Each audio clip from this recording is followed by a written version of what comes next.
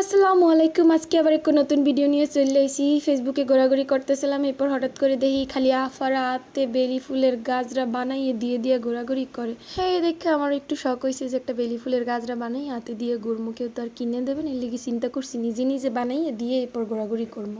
যাই হোক, আর কথা না বাড়ে, এই ক্লেটা হচ্ছে গিয়ে আমি বাসায় বানাইছিলাম, তো আজকে চিন্তা করলাম এটা পুরাটারই কাজে লাগাবো। প্রথমে হচ্ছে হাতের সাহায্যে এটাকে আমি লম্বা বানাই নিছি, তারপর হচ্ছে গিয়ে এরকম ছোটো ছোটো টুকরা করে নিছি।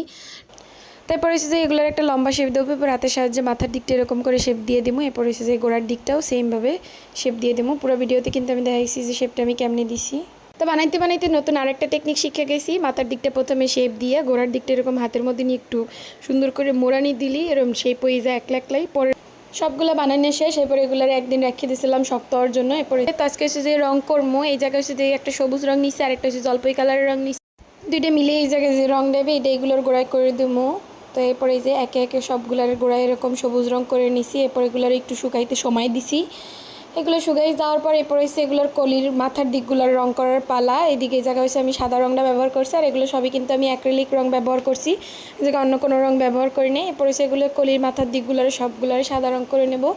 এরপর করে নিয়ে এগুলোর শুকাইতে একটু সময় দিছি। এরপরেই তো সবগুলো রেডি, এখন হয়েছে এগুলোর গাইতে নেওয়ার পালা। এই তো এরপর সুতা লই নামিয়ে পড়ছি গাতার লগা, এরপর একটা একটা করে সবগুলো এরকম সুন্দর করে গাইতে নেব। আপনারা চাইলে আগে থেকে একটু ফুডা করে নিতে পারেন, আর যদি না চান তাইলে হচ্ছে গিয়ে এরকম সুই দিয়ে গাঁথতেও নিতে পারেন, তবে পরে একটু সুই দিয়ে গাঁথতে বেশি কষ্ট হয়।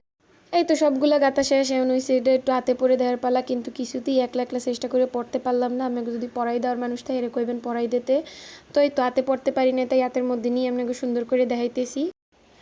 তো ভিডিওকে ভালো লাগলে সবাই লাইক কমেন্ট করে দেবেন। আল্লাহ হাফেজ।